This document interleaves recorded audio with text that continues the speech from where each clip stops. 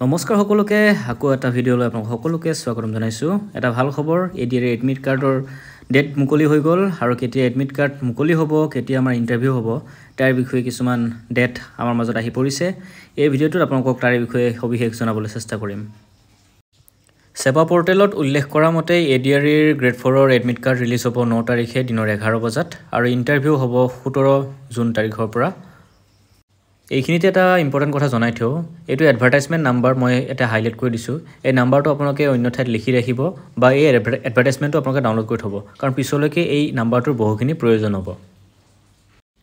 মই মোৰ আগৰ ভিডিঅ'টো কৈ আছিলোঁ যে আণ্ডাৰটেকিং আৰু চেল্ফ ডিক্লেৰেশ্যন লাগিব। এই দুটা ফৰ্মেট আপোনালোকে ক'ত পাব চাওক, ইয়াতে sevaonline.org বুলি এটা ৱেবছাইট আছে, সেৱাৰ ৱেবছাইট। সেই ৱেবছাইটটোত যিদিনাখন এডমিট কাৰ্ড ৰিলিজ হ'ব সেইদিনাখনৰ পৰা এই চেল্ফ ডিক্লেৰেশ্যন আৰু আণ্ডাৰটেকিংবোৰ তাতে উপলব্ধ হ'ব।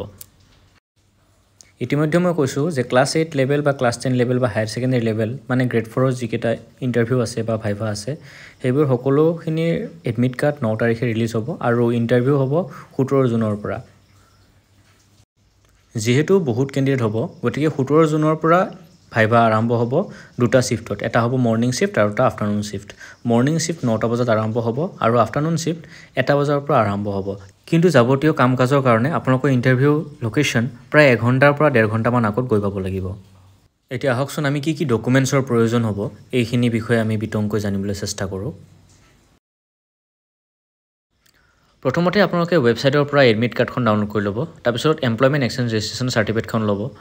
এজ প্ৰুফ হিচাপে আপোনালোকৰ বাৰ্থ চাৰ্টিফিকেট নাইবা হায়াৰ ছেকেণ্ডাৰী যিখন এডমিট কাৰ্ড আছে বা মাৰ্কশ্বিট আছে তাতে আপোনালোকৰ বাৰ্থ প্ৰুফ যোনটো আছে সেইটো ল'ব। তাৰপিছত আপোনাৰ মাৰ্কশ্বিট ল'ব, ক্লাছ 8ৰ, ক্লাছ 10, 12ৰ বা ITI পাছসকলৰ সেইখিনি ল'ব লাগিব, ট্ৰেড যিকেইটা আছে সেইখিনি ল'ব লাগিব।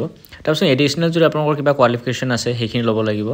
OBC, ST, SC বা টি ট্ৰাইবৰ কাৰণে যিখিনি কাষ্ট চাৰ্টিফিকেট আছে, PWD কাষ্ট চাৰ্টিফিকেট সেই বস্তুখিনি ল'ব লাগিব। যদি আপোনালোকে এক্স ছাৰ্ভিচমেন হয় তাৰ ডিচাৰ্জ বুকলেট বা date of place of issue এইবোৰ গোটেইখিনি লাগিব। তাৰপিছত আইডেণ্টিটি প্ৰুফ হিচাপে আপোনালোকৰ original pan card, passport, voter ID, তাৰপিছত ড্ৰাইভিং লাইচেঞ্চ বা আধাৰ কাৰ্ড লাগিব। এই গোটেইখিনি বস্তুখিনি আপোনালোকে জেৰক্স কপি লৈ ল'ব, 2খনকৈ বা 3খনকৈ জেৰক্স কপি লৈ ল'ব। আপোনালোকৰ এডমিট কাৰ্ডত আপোনালোকৰ মৰ্ণিং শিফট নে আফটাৰনুন শিফট আৰু ডেট গোটেইখিনি উল্লেখিত থাকিব, গতিকে সেইখিনি আপোনালোকে এডমিট কাৰ্ডত চাই ল'ব পাৰিব। এয়া মই স্ক্ৰীণত কিছুমান টিপছ দিছোঁ ইণ্টাৰভিউৰ কাৰণে। এই টিপছসমূহ আপোনালোকে যদি ফ'ল' কৰে নিশ্চয়কৈ আপোনালোকৰ ইণ্টাৰভিউসমূহ ভাল যাব বুলি মোৰ বিশ্বাস, কাৰণ এই টিপছসমূহ বহুখিনি ইম্পৰ্টেণ্ট। আপোনালোকে কেনেকৈ পিন্ধি যাব লাগিব, কেনেকৈ উত্তৰ দিব লাগিব, কেনেকৈ আপোনালোকে এনচাৰ দিব বা কেনেকৈ আপোনালোকে থিয় হ'ব, কেনেকৈ আপোনালোকে কি কৰিব, এই প্ৰত্যেকটো বস্তু ইয়াতে মই উল্লেখ কৰি দিছোঁ। গতিকে এবাৰ ভালদৰে পঢ়ি চাবচোন। আশা কৰোঁ আপোনালোকলৈ সঁচাকৈ বহুখিনি ইম্পৰ্টেণ্ট ফিল এটা আনিব বা আপোনালোকে বহুখিনি বস্তু শিকিব পাৰিব। ধন্যবাদ জনাইছোঁ। অন্য এটা ভিডিঅ'ত আপোনালোকে আৰু বেলেগ কথা শিকিব পাৰিব। ধন্যবাদ।